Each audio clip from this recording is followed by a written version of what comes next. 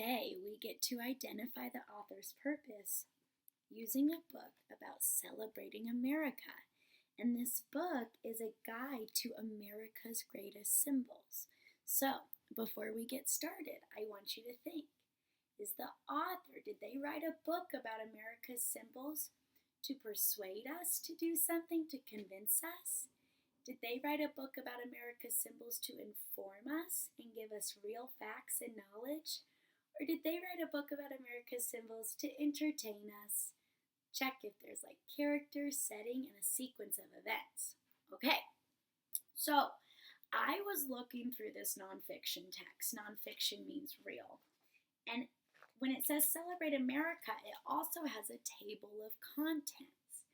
Okay, and so I could go through and I could find the symbols I wanted to learn about and find the page. Now, on the table of contents, here's a bald eagle. I wanted to learn about the bald eagle, but they didn't have a chapter about the bald eagle, but that's okay. I can still share with you that the bald eagle is a special symbol for America because it's America's bird. And it's not actually bald, but it is the picture that's on the presidential seal. And so, I wanted to learn about the Liberty Bell. So this is a text feature that helps us navigate nonfiction. And if I wanted to learn about the Liberty Bell, I go to page 29. Okay, let's think. Is the author writing this to persuade, to inform, or to entertain? It asks, what is the Liberty Bell? So remember, in nonfiction text, another text feature is it might have titles or headings for each section. The Liberty Bell is a famous symbol of freedom. Let's do syllable chin drop for freedom. Ready? Freedom, freedom. 2 syllables. The bell was made when Great Britain still ruled over the American colonies. In 1776, that's a long time ago, colonists rang the bell when they decided to break free of British rule. Are you wondering how the Liberty Bell got cracked? See, this is the bell in Philadelphia, but it's cracked. Read on to find out. A call to gather. Early American settlers, that means the people who first came to America, needed a way to announce important events. The best way was by ringing a bell. The toll of the bell would bring people to their town square to find out what was going on. Yeah, because that long ago they didn't have phones or iPads. In 1751, the people of the Pennsylvania colony ordered a large bell from Great Britain. They needed the bell for a government building in Philadelphia. Remember that government is the part of our society that makes laws and rules. The building was called the State House, and every state has one. The bell was tested after it arrived. The people in Philadelphia found the bell was cracked. So, 2 men were given the job of making a better bell. The men were called founders. A founder is a person who makes things out of metal. Say that word, founder. I didn't know that. That taught me some information. Pass and Stowe melted the bell from Great Britain and added new metals to it. In March, the colonists tested the new bell, but they still didn't like the sound it made. So those 2 founders had to melt the bell again and make a new one. Leaders in Philadelphia decided to keep the second bell. It became the official State House bell. The bell at the State House rang often. Its sounds called citizens together for special events. On July 8, 1776, the bell rang to announce very important news. The bell's toll that day called people to hear the first reading of the Declaration of Independence. The Declaration of Independence was a very important document created in America to talk about the rules and the morals that we were going to build our country on. Okay. Final ring. Remember, we're still learning about the Liberty Bell. Each year, the bell rang out to celebrate the birthday of George Washington. Oh, yeah, he was the first president. The country's first president was born on February 22nd. On that date, America celebrated his birth and his great deeds. Something went wrong on Washington's birthday in 1846. People in Philadelphia rang the Liberty Bell many times that day. Finally, a strange sound came out. A small crack in the metal had grown longer. The bell would never ring loudly again. So I want you to think about the section that we just read about the Liberty Bell. What is one thing you learned? What is one thing you did not know before we read this book? I'll tell you what Miss Shea learned. I didn't realize that the way that colonists long time ago had to share information was by ringing a bell and bringing people to the government square. That's something that informed me. Are you guys ready for another symbol? Say symbol. Yeah, okay. Give yourselves a booyah. Booyah. Here's another important symbol, and it's called the U.S. Capitol. The title of this section says, Where Laws Are Made, and that must be a picture of the U.S. Capitol. The U.S. Capitol building is in Washington, D.C. The Capitol is where the country's laws are made. The building has grown and changed a lot over the years, just like the country. Ooh, I want to be there to figure out how laws are made. In 1790, leaders of the United States decided on a capital city and named it Washington, after the country's first president. The same year, the U.S. Congress passed a law that said a Capitol building would be built. It would be located on the banks of a river. Yeah, so remember, the capital of America is Washington, D.C. So they went through and they gave people a design competition. And so they were going to pay people to design the U.S. Capitol. And a man named Thornton's idea won the design contest.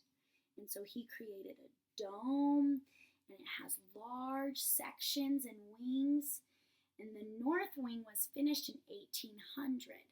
So it took them a long time to create the U.S. Capitol.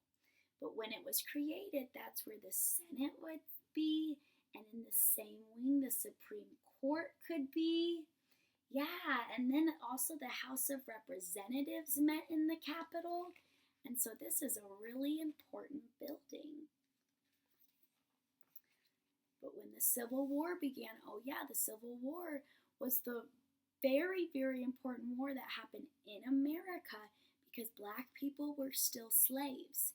And so Abraham Lincoln led the North against the South to fight for Black people's freedom because they were still slaves. So when that war happened, the construction of the Capitol stopped because when that war happened, everyone in America got involved. But Abraham Lincoln thought that if construction continued, it'd be a good sign the country could make it through the war.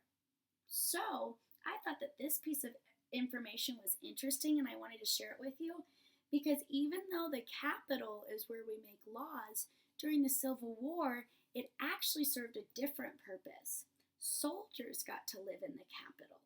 The building was also served as a hospital for wounded troops because they got hurt in war. And the basement was turned into a bakery so soldiers could have a fresh supply of bread. And that's a piece of information I didn't know about a special symbol, the U.S. Capitol. Yeah, so if you look at it, wow. Throughout the years, the Capitol has gotten its own power plant, that's where they get their energy, a subway system, and a post office. In some ways, the U.S. Capitol works like a small city. So I want you to think, because we just finished the U.S. Capitol section. What is a piece of information that you added to your brain? Well, I did not know that the U.S. Capitol also served as a hospital for soldiers during the Civil War. So, give yourselves a home run. Home run.